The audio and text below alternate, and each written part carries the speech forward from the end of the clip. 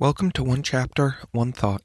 I'm Pastor Chris from Lincroft Bible Church in New Jersey, and every weekday I read one chapter of the Bible and offer one brief devotional thought.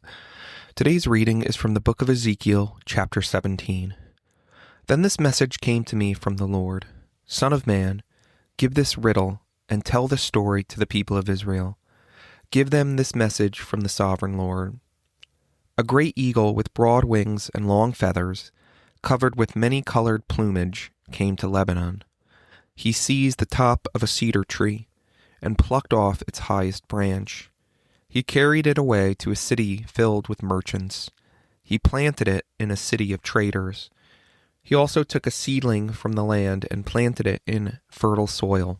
He placed it beside a broad river where it could grow like a willow tree. It took root there and grew into a low spreading vine. Its branches turned up toward the eagle, and its roots grew down into the ground. It produced strong branches and put out shoots. But then another great eagle came with broad wings and full plumage. So the vine now sent its root and branches towards him for water, even though it was already planted in good soil and had plenty of water, so it could grow into a splendid vine and produce rich leaves and luscious fruit. So now the sovereign Lord asks, will this vine grow and prosper? No, I will pull it up, roots and all. I will cut off its fruit and let its leaves wither and die. I will pull it up easily, without a strong arm or a large army. But when the vine is transplanted, will it thrive? No, it will wither away. When the east wind blows against it, it will die in the same good soil where it had grown so well. Then this message came to me from the Lord. Say to these rebels, don't you understand the meaning of this riddle of the eagles? The king of Babylon came to Jerusalem, took away her king and princes, and brought them to Babylon. He made a treaty with a member of the royal family and forced him to take an oath of loyalty. He also exiled Israel's most influential leaders, so Israel would not become strong again in revolt.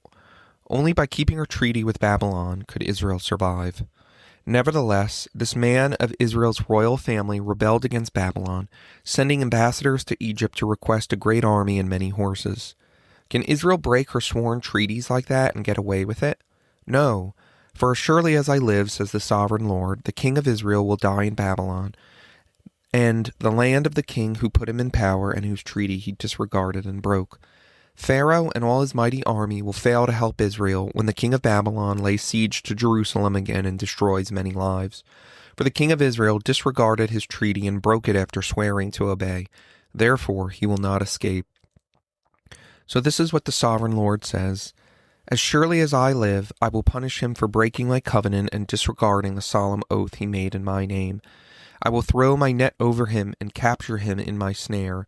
I will bring him to Babylon and put him on trial for this treason against me. And all his best warriors will be killed in battle, and those who survive will be scattered to the four winds. Then you will know that I, the Lord, have spoken. This is what the sovereign Lord says. I will take a branch from the top of a tall cedar, and I will plant it on the top of Israel's highest mountain. It will become a majestic cedar, sending forth its branches and producing seed. Birds of every sort will nest in it, finding shelter in the shade of its branches. And all the trees will know that it is I, the Lord, who cuts the tall tree down and makes the short tree grow tall. It is I who makes the green tree wither and gives the dead tree new life. I, the Lord, have spoken, and I will do what I said. One thought. Loyalty matters to the Lord. First and foremost, our loyalty to Him matters most of all, but even in our human relationships, loyalty and integrity matter to the Lord, and this is illustrated in the parable of the two eagles here in Ezekiel 17. So in this parable, a great eagle plucks up part of a cedar tree and replants it somewhere else. This represents Babylon as the eagle carrying away Israel's royal family, the cedar sprig, into exile.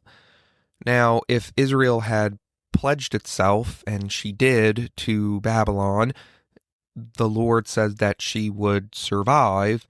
However, Israel breaks the covenant that she makes with Babylon in the exile, and instead of staying loyal to Babylon now, Israel goes behind Babylon's back to gain protection from Egypt. The cedar spring turns to a second eagle, which represents the nation of Egypt. But will it work? The Lord says, no. Egypt will fail to stave off the exile for Israel. And furthermore, there will be judgment against Israel because of her treachery and her lack of integrity. But even though the cedar spring of Israel will be destroyed by the Babylonians, we find at the end of this chapter that a new Israel will arise, pictured by a branch from another cedar tree. This new Israel is planted on Israel's highest mountain, and then this new spring will encompass birds of all sorts. The new Israel will then include both Jews and Gentiles. And this is exactly how Jesus describes his kingdom. He actually alludes to and quotes from parts of this passage in Matthew 13:31 through 32, when he describes the mystery of God's kingdom, the mystery of the kingdom that he brought with him to the earth, that this kingdom grows and becomes larger than all the trees of the world, so the birds can make a nest in its branches. So Jesus is this new Israel, this cedar sprig that has been replanted and will grow up and become a place of rest for all kinds of people.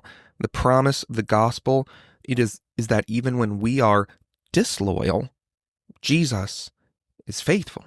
His kingdom never fails.